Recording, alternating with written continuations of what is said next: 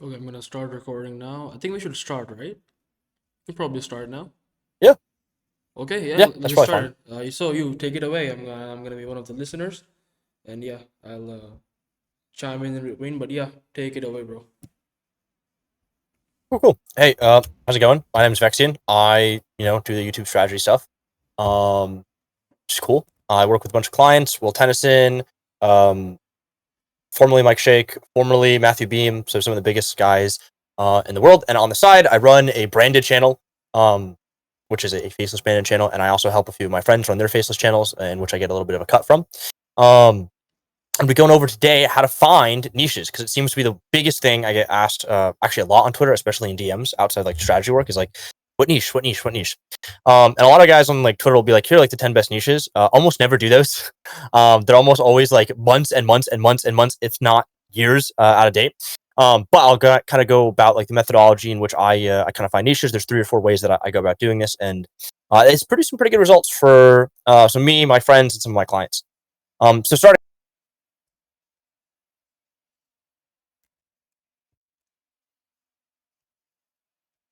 Just happened. Hello? Did you leave the stage? What just happened? Oh, I think you are disconnected, probably. It kicked you? What the hell? Can you hear me? Oh, hello. Yeah, you're audible, but your camera's not on anymore. Hold on. I don't know what just happened. I went from like talking and I like was gonna go click screen share and then it just disappeared. I didn't have the option. Um. Weird. All Okay. right. Well. All right. Back to it. I'm gonna screen share now. um. Okay. Cool. Let's do it. You made someone else speaker. No, I don't think so. I think we're good. It's just us, yeah. All right. Cool. Yeah. So I'll kind of break down how I started Couch Co-op. If you guys have heard the story, I'm sorry. If you haven't heard the story, get ready. So yeah, Couch Co-op is a partnership between me and another YouTuber. They do Rainbow Six Siege content, so it just made a lot of sense as an FPS gaming YouTuber. And we kind of identified a gap in the market. So this is one of the methods that you can come up with finding a faceless niche is finding a gap in the market. And if I go to like, let's say, video essays on YouTube or video game essays on YouTube, I don't know if that's something necessarily you guys watch. But it's something that I watch a lot, and I'm very familiar with the space. And a lot of the guys that do like video game essays, like let's say if I just do, the Act Man, for example, they all tend to be like personality driven content creators. So like you'll never be able to compete with them on a one-to-one in terms of personality. It's just not going to happen. But because they're personality content creators and people are watching for their personality, there's a pretty massive gap because they talk about a wide range of things. People watch them for themselves. So I was like, looking at this, I watch this content a lot. I'm fairly familiar with how it's structured. But like it's all over the problem, like all over the place. So you've got like Marvel Rivals, you've got like Bungie, you've got like this game called like Wukong, which is like a Chinese game. You've got X Defiant versus Call of Duty, Assassin's Creed. So it's all over the place. I was like, well, I bet you can make a video game essay channel focus on one specific thing. And if I do like, let's say, horror video game essay. Like, let's say I just like look at this for example. There is. I'm gonna see if I can find it real fast. Super Eye Patch Wolf kind of does it, but there's like a lot of guys that are dedicated to specifically making video essays within the horror niche, for example. And there's a lot of guys like if I go up, like let's say if I look up Relo, I think it's this guy. Yeah, this guy makes video essays specifically about extraction shooters, and he's able to get 250,000 subscribers doing this. So I'm noticing that like the most broad video essay guys in the gaming space are doing it on whatever they want to do. I'm noticing that in the horror game niche, there's like 3 or 4 like really big guys that like just like kind of recycle the same games over and over again, and they're getting a pretty massive audience on a very focused segment of the market. And I know Relo also has a really massive audience on a very focused segment of the market. So I just applied that framework, and I was like, well, no one's really doing this for FPS games, for the most part, and competitive FPS games. And eventually we expanded out about that. So the first video we did was on the finals because it was popping off. It was a great kind of diving in point. It's a competitive FPS. The second video was on Rainbow Six Siege, another competitive FPS. This, while not being a competitive FPS game, we would kind of call like an action shooter game. So it falls in that same category as these two. This is more of a, let's say, a personal project, just did well. We did Call of Duty, again, another competitive FPS, arguably, or arcade shooter. Then we did it again with, let's say, Counter-Strike, which is a competitive FPS game. Then we did it again. This is more of a Valorant focused video, which maybe I should lock that in and change that thumbnail. But same premise here. And then we did it again with Titanfall. So the premise of this channel early on was focusing purely on the FPS market, because the FPS genre is incredibly underserved in the video game essay space. There's no like dedicated video game essay guys for this specific genre. So outside of Reload. So because of that, and I noticed that across all of the more widespread content creators that do video game essays, all of their FPS focused content was an outlier. So like consistently it was seeing success, but because they're personality based, they're doing what they want to do. They already have large audiences that'll watch them for whatever. I was like, well, there's probably an arbitrage opportunity here to take what's working the best for these guys, apply it with our own sauce on a dedicated channel and a dedicated format, and then do that. So that's how we scaled up early on. As you can see, 186,000 views, 260,000 views, 830,000 views, 480,000 views, 720,000 views, and this is almost at 200,000 views. This one's a little bit of a flop at 28. It broke the streak. If we didn't do that, the streak would have been alive. But yeah, from there we eventually expanded out. But that's kind of the first way that you can kind of find a gap in the market. It's one of the things, again, like, guys will be like, just do a body cam niche. But in reality, like, you can find gaps within the body cam niche where it's like, okay, like body cam is like large, like what are the best specific things in every single body cam channel that's working the best? And I can just make that my own niche. And like generally when it comes to body cam, for example, it's usually like interfamily conflict. So it's like mother kills son or son kills mother. It's like stuff like that tends to work the best in that specific niche. So like you could make a channel all around that. And that would probably do really well. So that's just kind of one way of finding gaps in the market, where you just find out like who the main competitors are on the market. Can I take that style to a very similar or adjacent market? Or can I find the common denominator or the highest outlier among all these things that these guys are doing? And can I make that a dedicated vertical? In this case, it was kind of twofold, where it's like, okay, well, we just know we can make better video game essay content, especially for FPS games. It's an outlier. Boom. Just going to apply that format into this vertical, and we're also going to double down on the type of content that's already working. So it gave us a pretty unfair advantage early on. That's step one. Step two is going to be taking like one format and applying it to another market. This is just taking the same format and just applying it to a slightly more niche market early on. But this is going to be taking one format and applying it to a different market. So this is Pexto. You guys may have seen Pexto, Ryan B Pictures, or maybe it's Ryan B Productions, or I think it's actually just Ryan Pictures. So these guys like do all this like kind of video essay content, very similar to Justical as well. Like that's Pexto. If I go here, we got, let's say, Ryan Pictures. We've got this guy here. He does the same type of content. And then we've also got here, which is, like let's say Justical. My friend Leander Hopkins has ran this channel. I don't know if he still does. So this is kind of what it does. Obviously, as you can see here, does pretty well. Ryan Pictures, same type of stuff, does pretty well. And this is R6 Central. So this is a channel that I ran a long time ago, and I sold it to my friend. So that's one of my like former clients. I was like, hey, like just give me $2,000. I'll just give you this channel. And then I also gave him exactly like what I would do if I ran this channel. I should say. I'm like, I would make these videos. So the first thing that we kind of did is we looked at, when I was handing off to him, we looked at this channel here, which maybe you guys know, maybe you guys don't know.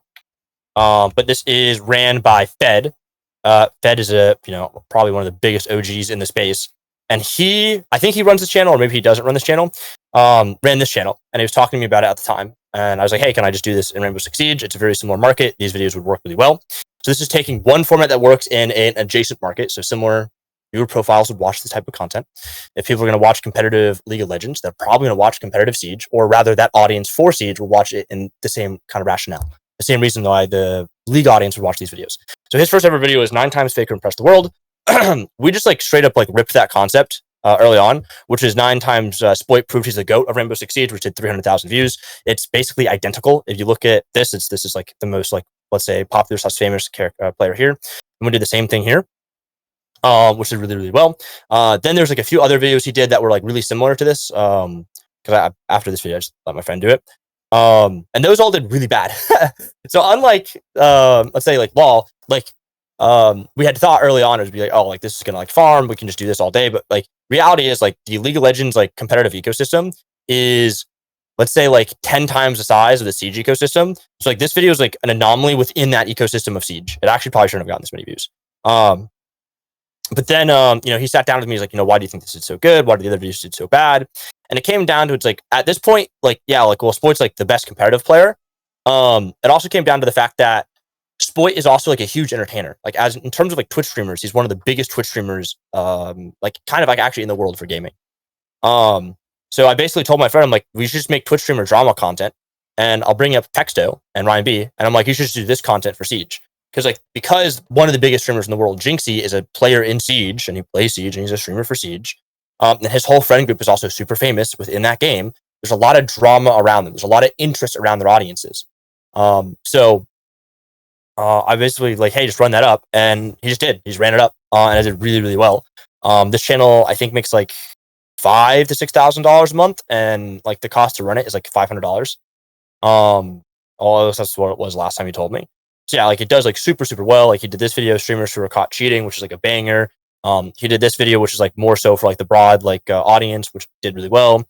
He did this video right here, and all these videos are essentially just Ryan Pictures content, and it's just applying to a different niche. So he's applying a very popular format to a market that doesn't have this. There's a gap in the market because it doesn't exist yet. And you could probably do this for a million other things. You could probably do this like specific channel right here for Counter-Strike, because Counter-Strike has a massive like esports ecosystem. You could do this exact kind of content for like the Valorant ecosystem, because there's a lot of drama, a lot of big streamers in Valorant. Or you could do this exact same thing for the League of Legends ecosystem. There's a lot of ways you can do it, but this is more of a personality spin instead of like, let's say, a competitive FPS spin.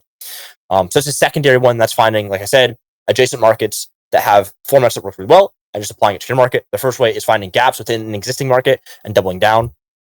And then the third way, and this is something that you can do, and there's actually kind of a fourth and a fifth way that I can show as well. But the third way is by looking at short form content and applying it here. So this is Dexecutioner. I believe Map runs this on Twitter. Map's like a goat. Like just expose like his whole strategy and how he's like doing this and finding this. It's actually really genius because I can't show any of the projects I'm working on right now, specifically using this method, just because of NDAs and things like that. But I can give you an example of it working really, really well. So this is Executioner. It's crushing. And there's a lot of these kind of like TV channels that do really, really well, where it's like, taking TV shows and applying it there. I think he eventually did it to like The Last of Us. He's also done it with, if I'm not mistaken, like The Boys, or maybe like some other stuff. But yeah, it did really, really, really well. And it crushed. But the reason why it's doing so well is that if you look, this is Dexter TV series interest over time. It was blowing up on short form content. I'm just like, I can just do like, let's say we'll do Dexter YouTube maybe. Dexter. Ooh, can I make this not a web search? Can I make this YouTube? Yeah. So like if I look at like the Dexter like YouTube search here, like it's popping off like late December, early January, and it still has like a lot of interest. It's also popping off again because there's a brand new series coming out either right now or later. So like it's, in terms of timing, it's like really, really good. But yeah, if you look, go back like, let's say a few months, this is when it was like popping off on shorts. So you figured out there's a massive short form audience consuming this content really, really, really aggressively. So if there's a short form audience for it, which obviously doesn't make as much money as long form, there's probably as big as a long form audience. So essentially what he did is he applied the short form content that's working really well, and that's what I kind of call kind of platform arbitrage, or like kind of modality arbitrage. I made a whole video about this. But it changes the audience that you get for the content, because all it is like you're just taking the short form audience and making it long form. And it works almost every single time. Because the guys that watch the short form content, when they sit down on their TV or they sit down on their computer and they get served more traditional long form content outside of the shorts feed, they'll be recommended content that is similar to the shorts they watch. If they're watching a lot of these Dexter shorts, they're probably going to watch a Dexter long form video. That's kind of the rationale behind it. It works really, really well. And then I kind of can go into the fourth one. The fifth one is a little bit too hard to explain. And probably not going to be useful for most people. But the fourth one, let me go see if I can remember what it was called. What was it called? Try to think. Essentially, it's going to be like just abusing language markets. So, for example, like couch co-op is a purely English market. One of my friends started a couch co-op channel in the Spanish market. So he was like, "Hey man, can I just do like this in Spanish?" And I was like, "Yeah." So he just did the same ideas. He did like his own scripts and things like that, but in the Spanish market, and it popped off. Like it popped off crazy. And then he did a little bit like of a different market as well. So the last thing is language markets. If you can find a popular channel in English, you can essentially, I'm not going to say you don't do this one for one, but you could technically just download like the whole transcript, translate it, and then just overlay it on the video and edit it up a little bit. But in reality, it's like you can take the same concepts that are working in an English market, which is usually the cutting edge market or the market that does things first, and then apply it down to trickle down markets. Of course, you want to focus on markets that have good RPM, so just like German, Scandinavian countries, etc. But if you also know, like, let's say you have like a unique advantage where you naturally or you natively speak Spanish, and Spanish is a massive market, you have like most of South America and then Spain. You can just do that as well. So there's kind of a lot of things to go about doing that, and it's like a really, really, really good method to kind of like get a lot of info fast on YouTube because you're not like trying to compete against everyone in like the English market specifically.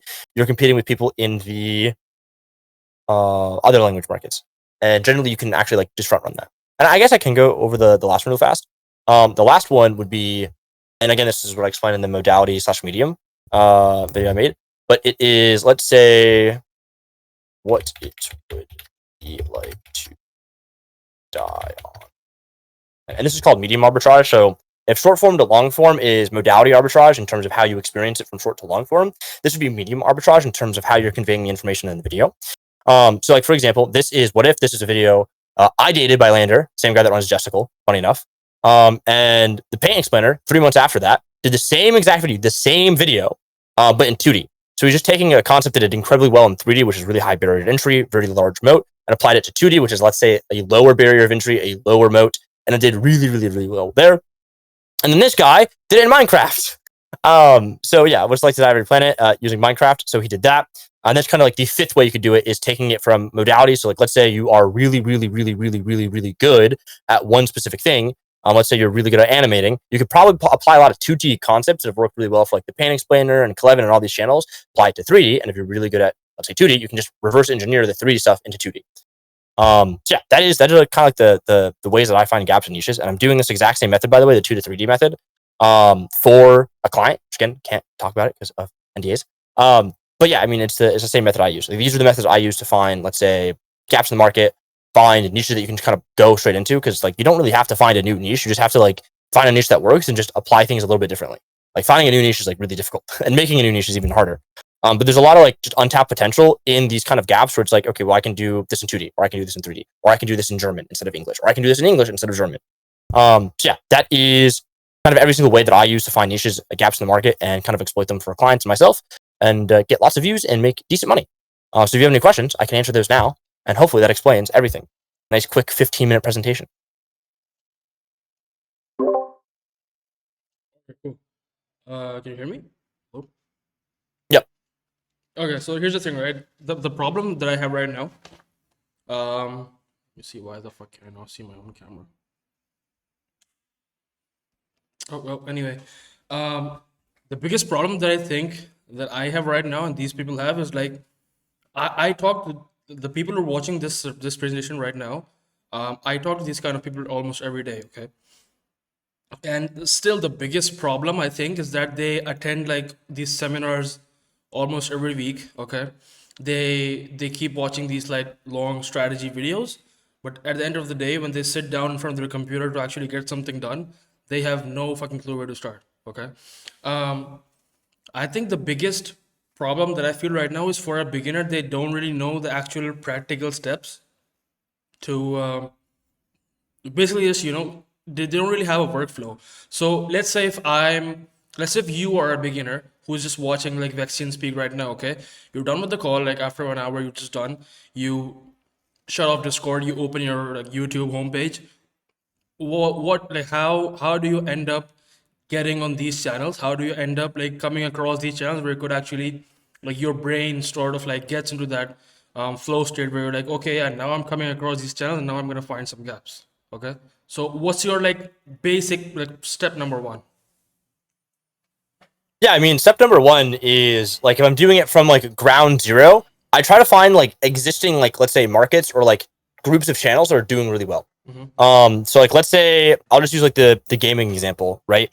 And this is like going to be the easiest. Most people that like want to do YouTube watch YouTube, right? Like that's just like kind of objectively true. So it's like, what cluster of channels do like I watch a lot? And like one of those things, like I'll just do it like off the top of my head right now, is like I think it's Matt Armstrong, Stradman, DDE, Hamilton Collection. I watch a lot of the car channels. So I think it's really interesting. I enjoy the content. It's like, let's say I start there. Like, okay, I know there's a massive audience in the car niche, right? I can like quantifiably be like, these guys are getting like tens of millions of views. Now, right off the rip, it's like, I can't go out and go buy a car that's broken, that's $100,000 and spend $100,000 fixing it in my driveway. That's just not going to happen. But I'd be like, okay, like what is there that I could do that makes sense? So you find like what I would normally do is something that I'm interested in or I'm knowledgeable about to some degree or I'm passionate about to some degree. And that's where I'd start. That's like the base. That's the type of content I'm going to turn into faceless content adjacently.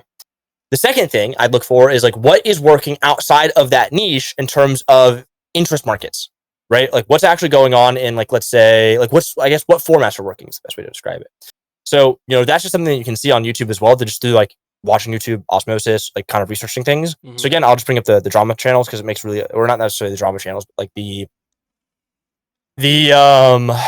like Pexto guys, like those type of channels. So like Pexto, Ryan B, and it's like, okay, well, I know that format works. So it's like, could I do something where it's like, can I apply this format to car YouTubers? Is there enough of an audience of car YouTubers for this to make sense? And the answer is probably actually maybe. Like that's just how I'd run off it, like off the rip. It's like, okay, this is something I'm passionate about, something I'm knowledgeable about. This is something that I can do myself, which is like a really big key thing. I would then look at like the formats that I could do it for, which is like, okay, like, every major or like canceled car YouTubers. Like what happened to canceled car YouTubers or car YouTubers who retired, for example, right? Like that's like a thing that you could do really, really well. Or like go a little bit more like tangential. You could be like, rating every car YouTuber's first car, right? So like Strabian's first car was like the Gallardo. Someone else's first car was probably like an F8 or an R8. So like you could do something like that. So like I know, for example, like, watching every YouTuber's first video from Sambuca is like a very massive outlier format. And I've used that now for like a Roblox client. I've used that for a Call of Duty client. And both times that's been an outlier. So you could do that same thing, twist it a little bit for like ranking every car YouTuber's first car in a tier list. And then just do that. And you can just make content that is like super adjacent to stuff that you're interested in, that you're knowledgeable about, that you can do. And then you can just find formats that work really well and just apply it there. That's how I start out with. That's how I did with Couch Co-op for the most part. So essentially, like it's like everything that you explained so far. I mean, it's amazing, right? But the thing is, for these people, what I need to basically like, so here's the thing, right? The people that we're talking about right now, these are not people like you and me who spend like hours on YouTube or they grew up with YouTube. Most of the people I know here, they're not that super into, you could say, they're not cultured about multiple other. So let's, for you, for example, you could literally just tell niches off of your head, right? You could just like, you're listing out examples, boom, boom, boom. But these guys have never heard of that. So the people who basically just want to have a business approach, they're approaching this as a business model and they have no passion about YouTube, or let's say they didn't grow up actually watching or enjoying long form content. Do we lose all hope for them, or it's like, yeah, there's, we can still I save would say them? yeah, actually, kind of, to be honest.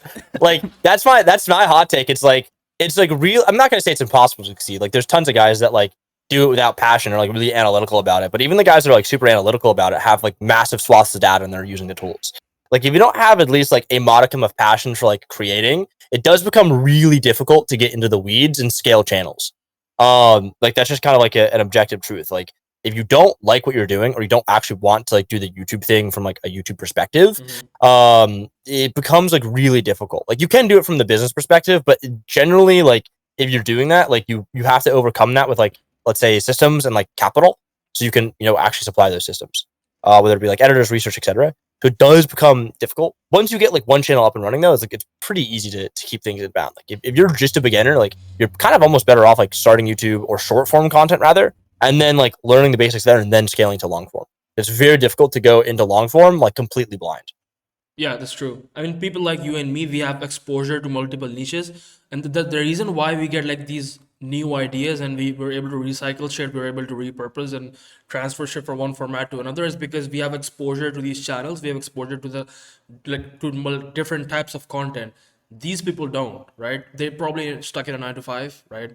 They're probably like, I don't know, scrolling TikTok probably.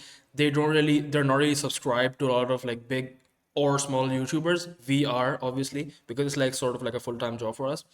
How would you suggest like a random Joe who runs a 9 to 5 and he comes back home, he has like 2 or 3 hours of like focused work left in him? How could someone like that start to actually expose himself to these niches? Because right now, Okay, he knows what methods to use, but he doesn't know where to get those ideas from in the first place. He cannot create niches, right? Or he cannot create subcultures, or he cannot create channels. He just needs. So the reason why these people keep asking for niches and keep asking for lists, like I need a 50 niche list, and then these fucking like gurus they start like engagement bait. Well, yeah, I'm gonna send the full list to you. So the reason why these people go behind lists is because they don't have any exposure to begin with on what's working on YouTube. So how would one organically start exposing himself to content that people like me and you watch every day? Yeah, I mean, one of the basic ways is test accounts. That's a really like kind of I'm gonna say easy one.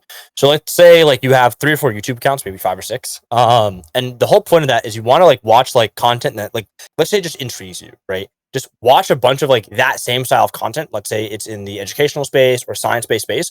Watch only science-based content on one account.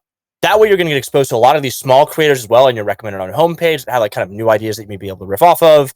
Also large creators, so you can see, oh, maybe I can remix this, like, or maybe I can just see trends in the market. Like a great trend in the market, for example, or at one point, is like there's a leading building in New York, in like the like Lower Manhattan, in the financial district. And that leading building, like every time a video has been made about it, has done really, really well. If you had a test account or what I call as a research account that just sits there and only watches like engineering content, science-based content, you would have maybe seen 2 or 3 videos about that, and then you could have made a faceless video about that. And then if you make a faceless video about that, you could do a faceless video on or a faceless channel all about like let's say the construction failures, right? So like for example, like and I mean maybe that's like a little bit like pulling out of like out of the air. Like there's a lot of like channels on like cave diving stories or like let's say plane crashes, for example.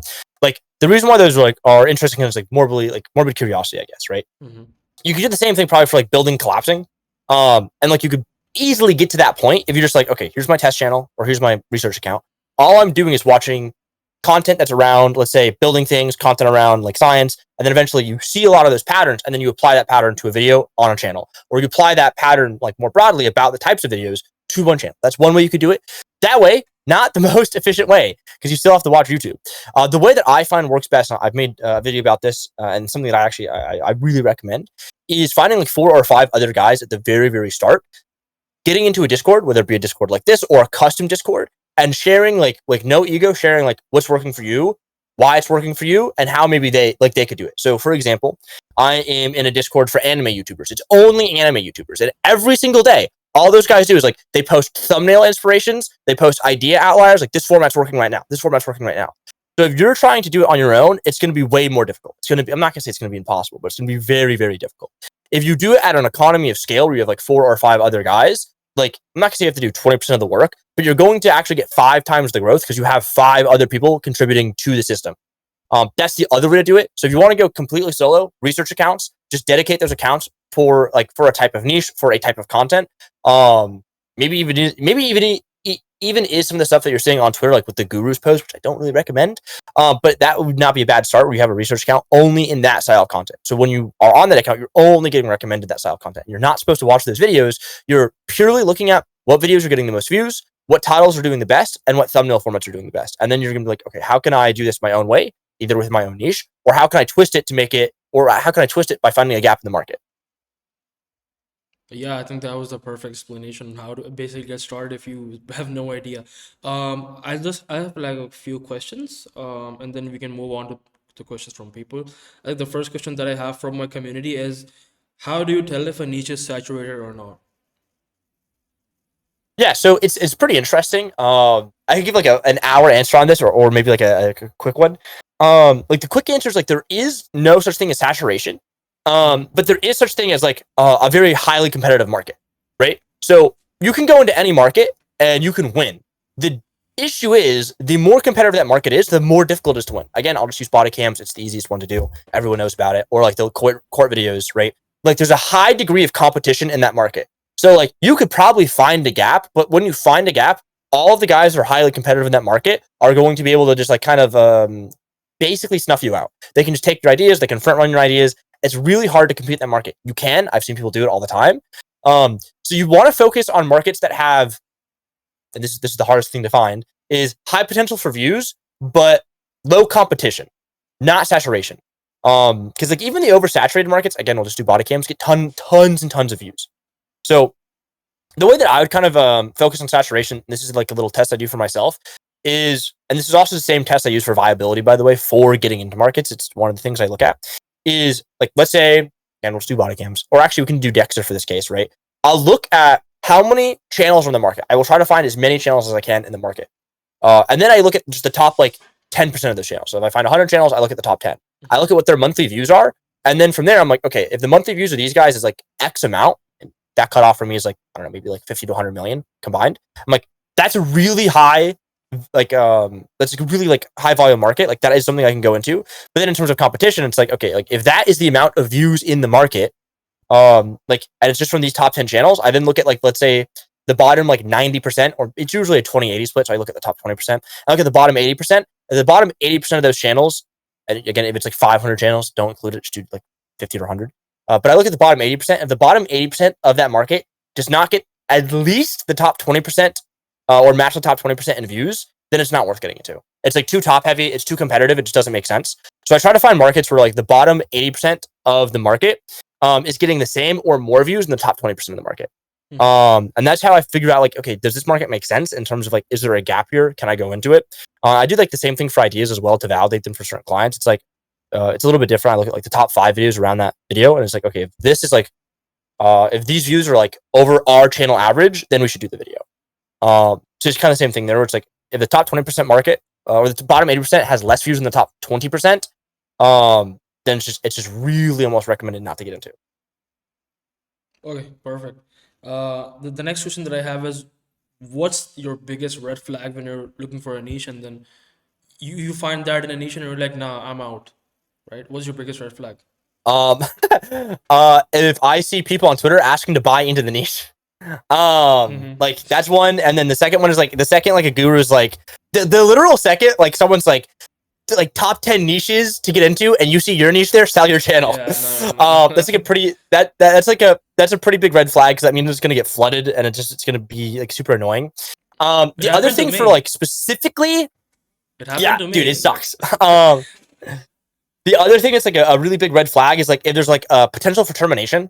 So like again, like let's say the political content that was like really big a few months ago, is YouTube started like cutting, like, or not cutting down, but striking down those channels like pretty heavily. Mm, So it's like that's like a really unsafe market where it's like, even if I follow the guidelines, like YouTube could just be a little bit trigger happy.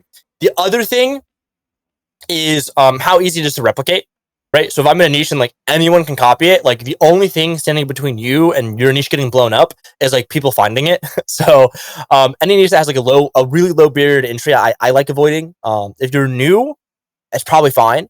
And if it does, it is really easy to replicate. If you can find a way to stand out, it's also probably fine.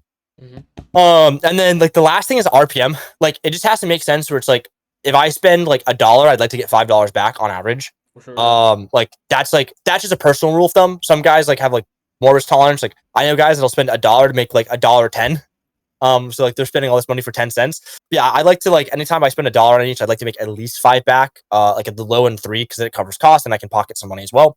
So yeah, that's also I just look for something. That's just kind of like a general rule. So yeah, I want to have like, it's a kind of good financial upside. Doesn't cost too much to get into, or good financial upside in terms like I will make money back. Relatively low competition, relatively hard to copy right away, and then it's safe for YouTube. So for example, I always want to do like a hacking documentary channel. Mm-hmm. Apparently you actually can't do that. It's really, really, really hard to do that, because YouTube will Yeah. flag being like, yeah, you can't like show hacking content. I think Noah actually just got hit with that when he was like talking to, like, he had a coding channel. Mm-hmm. Yeah. And I had a friend who runs a documentary channel, and he did a hacking video, and I think he got like a strike for it, or he got the video taken down. So like that's what I mean, where it's like that's like a dangerous niche from a YouTube policy perspective. Um, and then yeah, I mean, if gurus are talking about it on Twitter, probably time to get out of the niche, or like thinking about selling the channel. Yeah. In my case, I just like pivoted from the format itself, but I did see like a few Yep. copycats popping up, and they still started getting more views than me, which was crazy. So it's like sucked big time for me. I have one last question before we move on to the audience. I'm gonna actually rephrase it. So it's like, have you ever gone into a niche where you literally see that it's a trend based niche, and the trend is on a decline right now, but you have so much like belief in the idea that you say like, fuck it, I'm still gonna go in, I'm gonna maybe like reinvent a new format, or I'm gonna try and do it differently maybe, or increase the barrier to entry in my, I don't know, my style or my format. Have you ever tried that? And if yes, then um, should people do that or no? No, but this is more of a consulting thing that I've done. Is there is like a few things about like trending formats that are actually like kind of nice. So if a trend dies down, it could usually be one of two things. A, like the general interest in that thing is going down, and like that's just kind of hard to save. Or it's usually fatigue from the channels. So it's like if there's like 4 or 5 channels in a niche and it's like Hmm. super fatigued, they're all doing like the same copycat stuff. If Yep. you go in there with like a brand new format, you'll probably win the market because like you're doing things like completely differently. It's brand new, it's novel, the audience is there and they want to watch it. So it's one of those things in that case that works really, really well. The issue though is it is a little bit of I guess like in the stock world, it's called like catching a falling knife, where it's like if you have a lot of this belief and like you like let's say you catch this falling knife, which is like this niche that's kind of going down, and you're wrong, you make a miscalculation, you're screwed. Hmm. Like you're gonna end up spending like tons of money, tons of time on something that's just not gonna work. Some cases it's a good idea. Sometimes you can catch the falling knife and then it just rebounces and you're good to go. Other times, like you are gonna kind of get hurt. So it really is just like dependent on like if you like do a lot of like due diligence and a lot of research, and everyone's doing the same formats, and like the audience is there because they were getting tons of views, but they're not getting tons of views anymore because like they're the guys in the current space are making the same stuff. It's repetitive. Yeah. Then you come along with a brand new format on the rebound, you're good. Like I think that'll work really really well. Yeah. Awesome. Awesome. Awesome. So it's something that you've done for other people, but not for yourself right now. Um, Yeah, yeah. For other people, I've done that because like we have the data with 1 of 10 and the tools that we use that we're like, okay, yeah, like objectively, like this niche is actually probably still a good niche. It's just the ideas suck, and the guys that are in the current niche are like doing like they are not very like intelligent on what they're doing. mhm. So from there we can just flip it, scale. Awesome. This is a personal question of mine, and I've actually like this the question that I get from a lot of people as well. I do have an answer for it, but I just want to validate it within your experience, right? So let's say that I come across a niche, right, and I'm gonna say, okay, yeah, that's fine. I'm gonna compete against this guy, so it's a low competition niche. It like matches all the factors and like, all the checks that you've explained so far, and I'm like good to go. I'm gonna lock in. Which specific parts of the video are the most important, and you can by the way rank them in terms of in order of importance. Okay, so video length, video frequency, video quality, and what's the fourth one? Is there a fourth one? I don't think so. But yeah, video length, frequency, quality. How would you rank these based off of importance when you're gonna start a new niche? So because we know for sure that if you're gonna compete against someone, you like in most of the cases you need to improve on at least one of these things, right? You need to be better at least one of these things. So what if you were to like rank these? Yeah, I mean, if it's just those, I would do like frequency first. Like, I mean, a great way to get ahead of your competition is like just doing more. And especially if it's like one guy. Now it does depend, right? Like there's a few ways to look at it. If like you're only competing about one guy and he does like low frequency, long videos, high quality, then there's probably a gap in the market just to do high frequency, shorter videos, lower quality. If he's posting the same amount as you, then it becomes like, okay, well, how long his videos are, how good are his videos? It's always easy to make a video longer instead of a video better. Mm-hmm. Like almost always in most cases. And generally, if you do make a video better, it'll be longer. Um, yeah, I mean, I would focus on like in my experience, even with clients, it's like it's frequency, then it's length, then it's quality.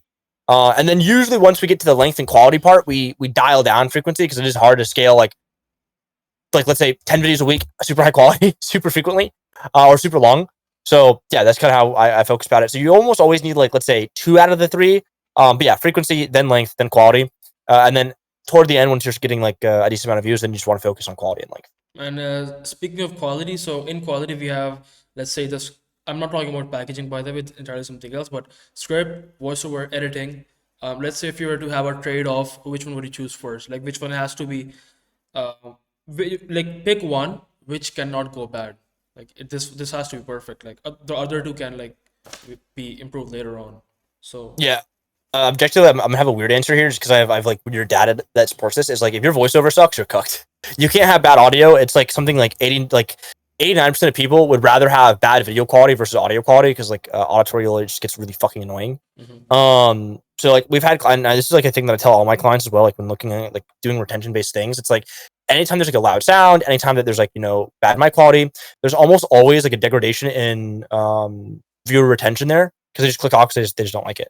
And the other issue with that specifically, where it's like videos are formatted to like screens, and there's like tons of like compression algorithms and there's tons of scaling algorithms to like unpack and repack like the data.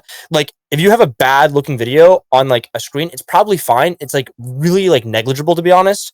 If you have a poor sounding video because there's so many different auditory outputs, it's a little bit different because once it's recorded, like there's no like reconstruction of that data that's going to help it out. So like for example, if you're watching on TV with a sound bar, like you actually want like a really like deep, rich mix.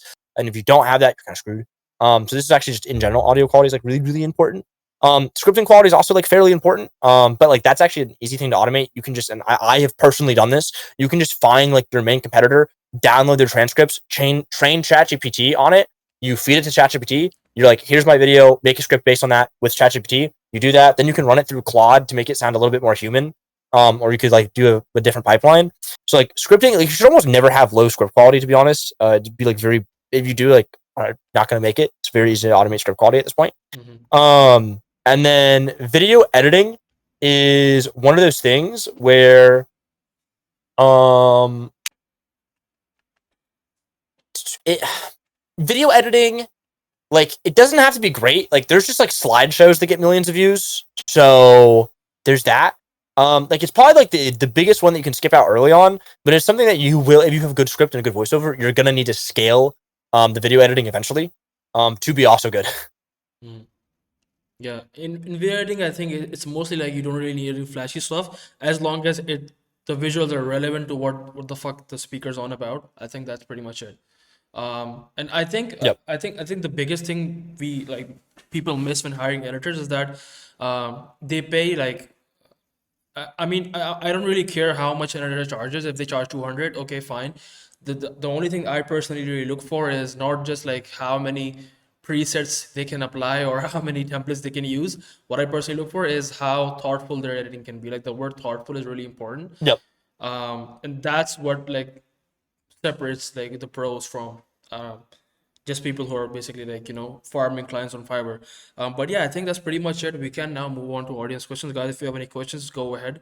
We have a few minutes left here, so yeah, we're now gonna answer your questions. Go ahead.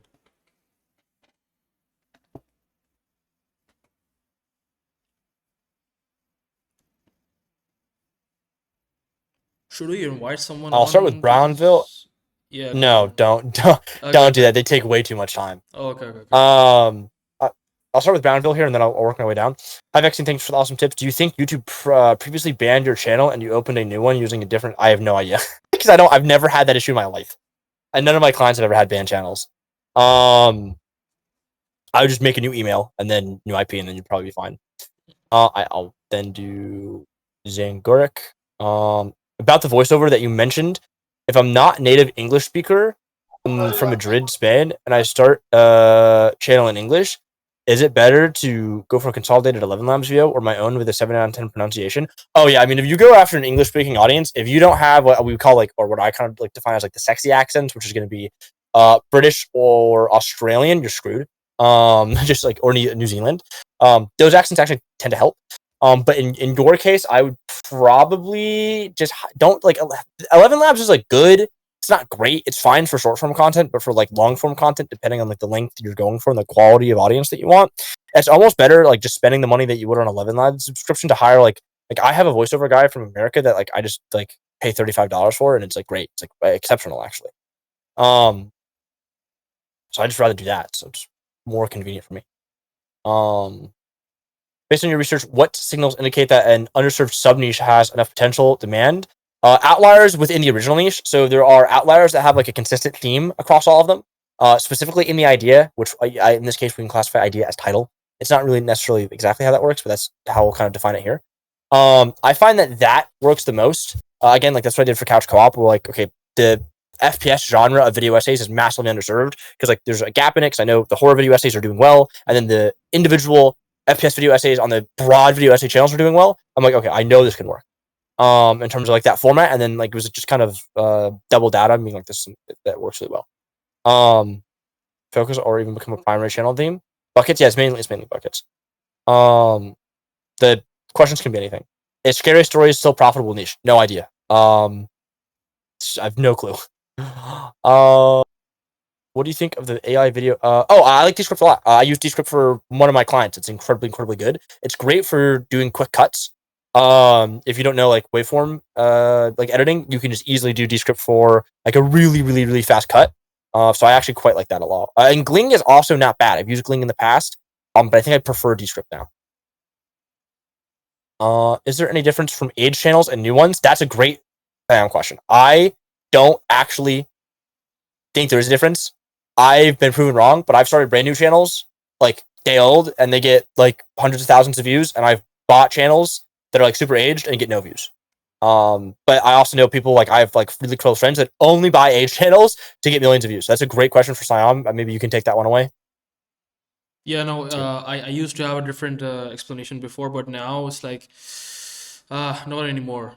Like last year was a big thing, but now age and new doesn't really matter. If you're gonna get zero views or you're gonna get zero views. The only thing that you could do to eliminate that is just shut the channel off, start a new one, or just buy another aged channel. They're basically the same now, in my opinion.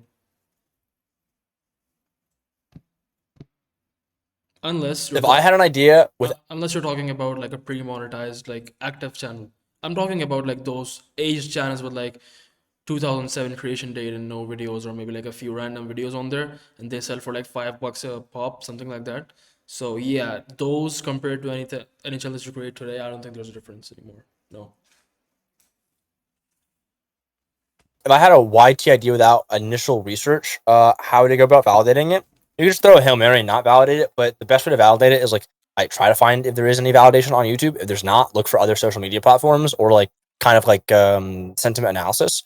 So like let's say like, are people on Twitter talking about this thing? Are people on Reddit talking about this thing? Is there a forum group dedicated to this thing? Are people talking about it in comments of videos? That's a good way to validate it. It becomes a little bit more messy to do it that way, but that does work. Uh, how do you know? Do you know why my channel video got like 24K views, and after that, the next one got like 100 in the same amount of time? Probably idea. Mostly idea when it comes to stuff like that. I try to use the same title, but still outliers don't get me views. Then it's probably a quality issue, or you're late to the trend. Almost always the case. Do you research of keywords? No, I don't even look at keywords or tags at all. I've not looked at those in years. Yep. Um, use a Google API to fetch data a couple times a day. It's going to be a lot of metrics for video trials, video publish date, channel names, subscriber count. Okay, well, do you think this will provide me with useful? Okay, that's going to give you way too much data. It's not going to give you anything effective. We use the same API like tools and methodologies for tools that we use at 1 of 10 internally. And it's useful for us because we know what we're looking for. But if you don't know what you're looking for, you're in a bad spot. And if you can set up a script that can pull and fetch data from the API multiple times a day, you should easily be able to figure out how to identify trends in the market with not using that script. Like if you're smart enough to get the script done, you're smart enough to like just look in general and like figure it out on your own. Like you are way overthinking it. It can be useful to do that for like a tool, but like you don't actually need it for what you're trying to do. Low saturation. I would almost always say pick a niche that you're passionate in, because like if you're passionate about something, like you'll just do it more. If you pick a niche that has high RPM, like here's what I would do. Ontario, I would do pick a niche I'm passionate about that I like doing. Do that first, and then once I've like figured that out and I've got some success there, I would then do the high RPM, low RPM saturation, because you know what works at that point. Do you use ChatGPT for your titles? Can you suggest a prompt? No, but 1 of 10 has a new title generator that I do use for all my clients, and that is a prompt, and I'm not revealing it to you because that would be a waste of time. And yeah, it's not how that works. It's a custom prompt pipeline that we will use, and it works fucking incredibly well. So you get that up. I'll link in my bio on Twitter. How do you know that the channel does not work if you get 0 views, 1, 2, 3 videos in a row? Dude, I mean, I've uploaded like 20 videos in a row, not getting and like get less than like 1,000 views. That's just all about like belief and research. Like if you have like enough data to support your hypothesis, then you just go until basically you run out of money. Maybe don't do that. It's probably a bad example. It's probably a bad example. That's what I would do. But I would go until like I'm like I generally have like a rule. where I get into faceless channels, which is like I'm willing to lose $5,000 every channel I start before I see any profit. Like if I spend $5,000 before I make a single dollar back in profit, then it's like I'm done. But if it's like if I spend $5,000 and like maybe I'm not making any money back in profit, but I've made 3,000, then it's like okay, like there's a $2,000 gap there. Like what do I can just like ask myself, what do I need to get to a point where it's profitable? Is it an RPM thing? Longer videos, better audience. Is it a views thing? Better ideas, better quality, better length, probably. So yeah, I mean that's how I look at it. Is it's not so much like a views to video ratio. I look at it to a revenue to spend ratio. And then eventually it becomes like a profitability to spend ratio. Is like, do I become profitable for like the money I spent? So like for example, that Rainbow Six Siege channel I showed you, the R6 Central, my friend bought that channel for me from $2,000. Then he spent like $3,500. So he spent $5,500 and he only had made $2,000 back. So he's still minus 3,500. And then he switched things up a little bit. And now he's making $5,000 a month.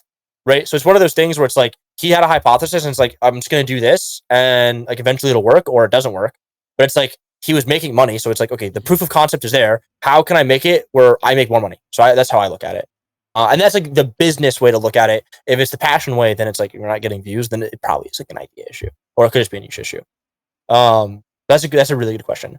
How much time would you give a niche to see if it's going to perform well before moving on to the next one? Same answer. It's money. It's just a money thing. Or like how fast can I get monetized, for example? Um,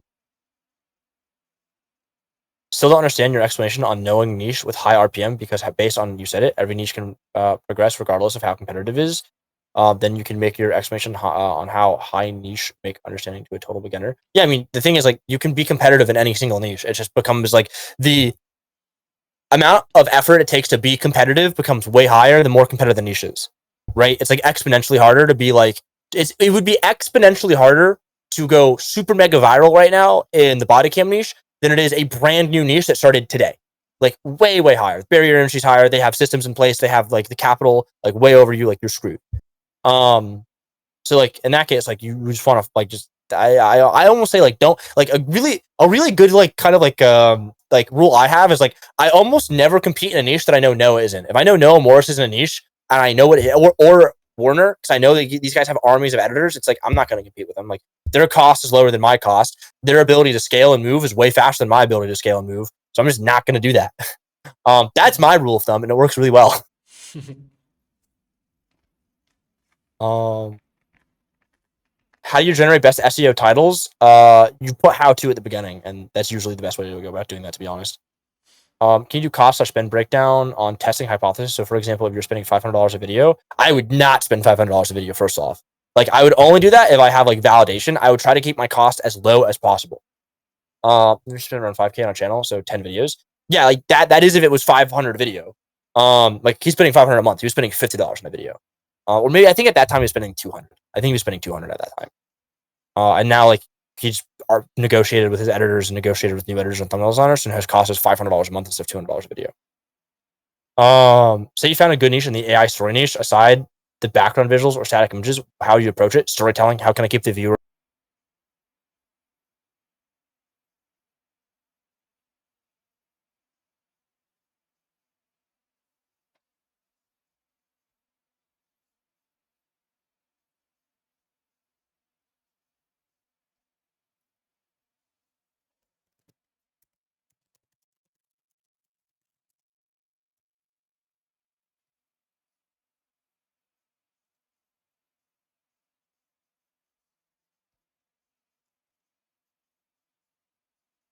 Yo, what's stage ended? You have got to fix your permission settings.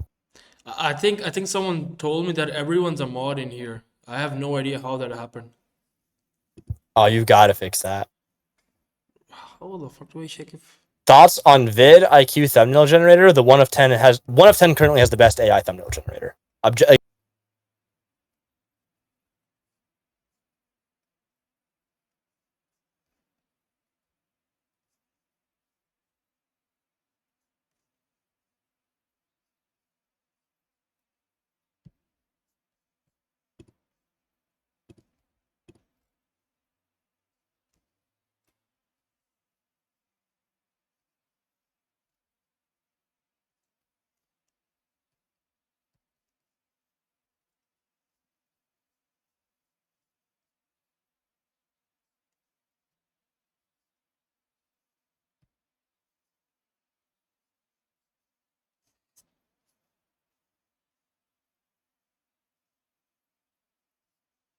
I think you can get them outside of the US. I don't know. And the reason why that works is like they generally just have like more interesting titles and angles. Maxwell's, and I'm not answering that because that's I know like the closest thing I can think of is like Christianity content. Maybe is probably the closest thing I can think of. Like that's like a really strange thing. What are paid / free tools you should getting into Faceless? Next Lev maybe, but I don't know if Noah actually updates it anymore. To be honest, it was quite useful for a while. I think Tube Lab has a decent like Faceless like niche generator at this point. Um, and then 1 of 10 is probably the best, just for like ideation, research, title generator, thumbnail generator.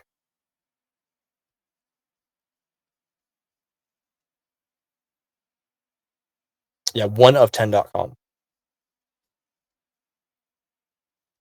Yeah, I just Tintor. I just switch. Just make sure you switch into a niche that does not have any like what I was saying, like what I quote unquote call a dangerous niche that you could get striked for. So not high levels of copyright content, not high levels of like YouTube policy breaking content, and then you should probably be fine. Um, why people recommend getting old channels to start uploading? Because they technically like were getting pushed previously. Now it doesn't matter. Does the optimum length of the video differ from? Yes, it does. The optimum length of the video does change overall. I can tell you how to calculate this. How is 110 different than just using ChatGPT? Because we have custom prompt pipelines that are not just ChatGPT. Like we have our own individually trained models for things. Like it is a layered pipeline. ChatGPT's in there. There are APIs in there, yeah, but we have our own pipelines outside of that integrate into it. And yeah, you also are not going to be using. You cannot find video ideas that are outlier based video ideas based from ChatGPT. Yeah, so the way that you can define optimum video length is you need 30 days of data from the CSV, or you could do this manually. Is you put in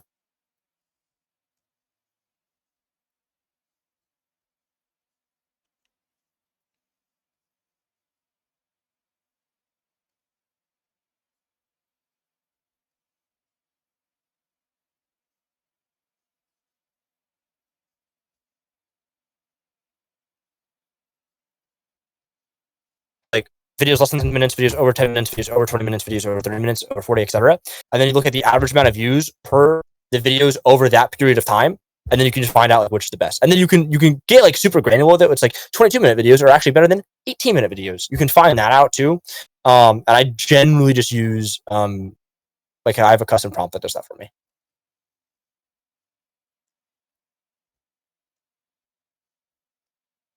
I do God's power. I don't know. I wish I knew. Happens to me all the time. Yeah, you just take the data and you can. I have like custom prompts set up for everything when it comes to finding like length for views because it's a really low hanging fruit where it's like, oh, my views are all over the place, and then you actually like if you dive into the data, you figure out like, oh man, every time I upload a video over 16 minutes, I get 3 times the amount of views on average. So then it's just like just only 16-minute videos. Super low hanging. Can you tell us what the trust score things? I don't. I just literally have no clue. It might exist. It might not exist. Siam has a great thread about it. I don't know. My channels are fine, so that's kind of my experience with it. Will say I have all my channels under one email though, and that email is like an email from like 2014 or 2012 or something like that. It's been around the block. How do you avoid copyright issues in anime videos? Less than 3 seconds of footage, make it transformative, and really focus on not doing Toei content. Because I know they're very brutal about it.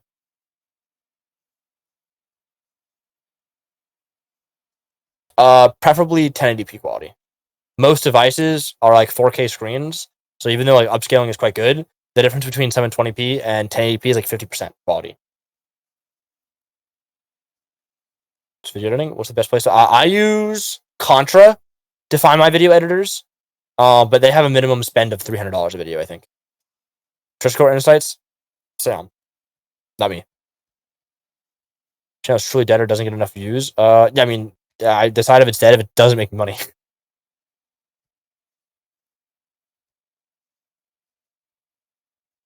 Money.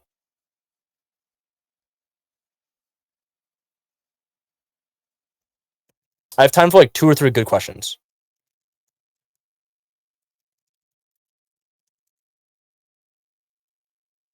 I can't speak in my own VC. You've got to I can disconnect you. Oh, I can invite you to speak. Why is this? There's You've got to fix this. there's no fucking way. You've got to fix this. I have no clue, bro. I'm like a fucking I don't know. I've been using Discord for the past like 8 9 years. I still have no clue how this fucking thing works. This stage and shit. It's crazy. Someone surprised me actually. I just found out. Wow. You guys That's were short. It's worth doing if you're beginners. really mean.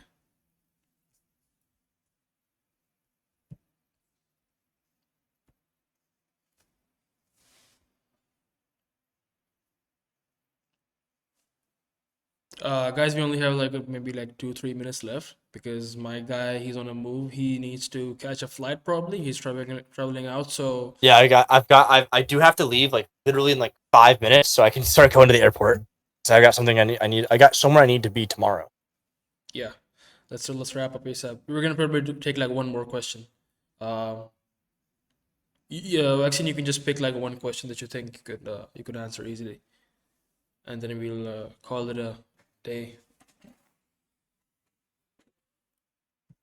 I'll do the how to train a custom ChatGPT. I'll do that one. That one seems like the easiest one. Okay. Okay. The best way to do that, first of all, is there's like a few people you should follow on Twitter for prompting. Tom has some really good prompts, so follow him. Obviously, you probably already are. Apollinator or EP on Twitter is like probably like the goat of prompting right now on Twitter. Outside that, there's a guy called I think his name is Dino Nuggets or Robo Nuggets. He's like 30,000-ish subscribers, maybe. Yeah, He Robo talks about Nuggets. ChatGPT pipelines. Yeah, he's really good for prompting. The other way is what I do is I just like basically reverse engineer prompts. Like I'm like, okay, here's how I want. First of all, I just ask ChatGPT. I'm like, here's what the outcome is I'm looking for. What prompt would you recommend to best get there? And then it'll give me a prompt back. And then after it gives me a prompt back, I will then edit that prompt until I get exactly what I want.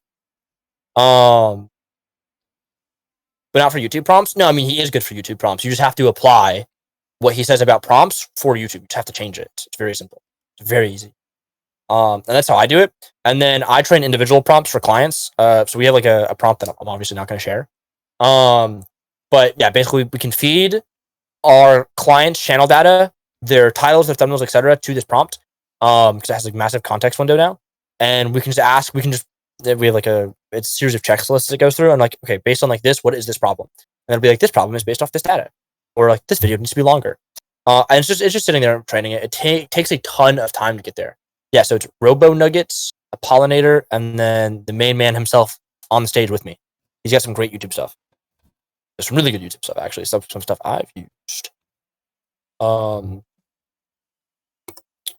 Yeah, Yeah. I think that's pretty much it now, guys. We'll wrap it up now. Thank you so much, my man, for coming up and helping us with our burning questions. Yeah, I think that's pretty much it. If you oh, by the Yeah, way, thank you for having me. if you wanna plug anything, if you wanna say anything about anything that you wanna promote or you wanna plug anything in the chat, you could just go ahead and send a link or whatever. You can just like speak as well. Oh yeah, let me go through my Twitter in there. That's really the only thing I need.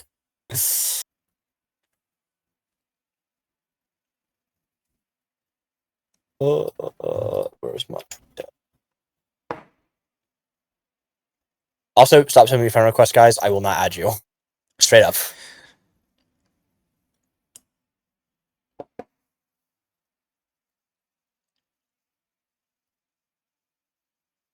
Right.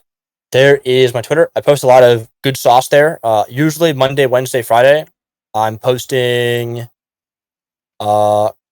glooms, just videos talking about stuff. There's some bangers in there. Yeah, for sure. And then most Saturdays I do calls. Probably not for the month of May. I'm busy. Yeah, and then also one last thing, if you want like some of the craziest high level stuff of all time, I can link you this channel here.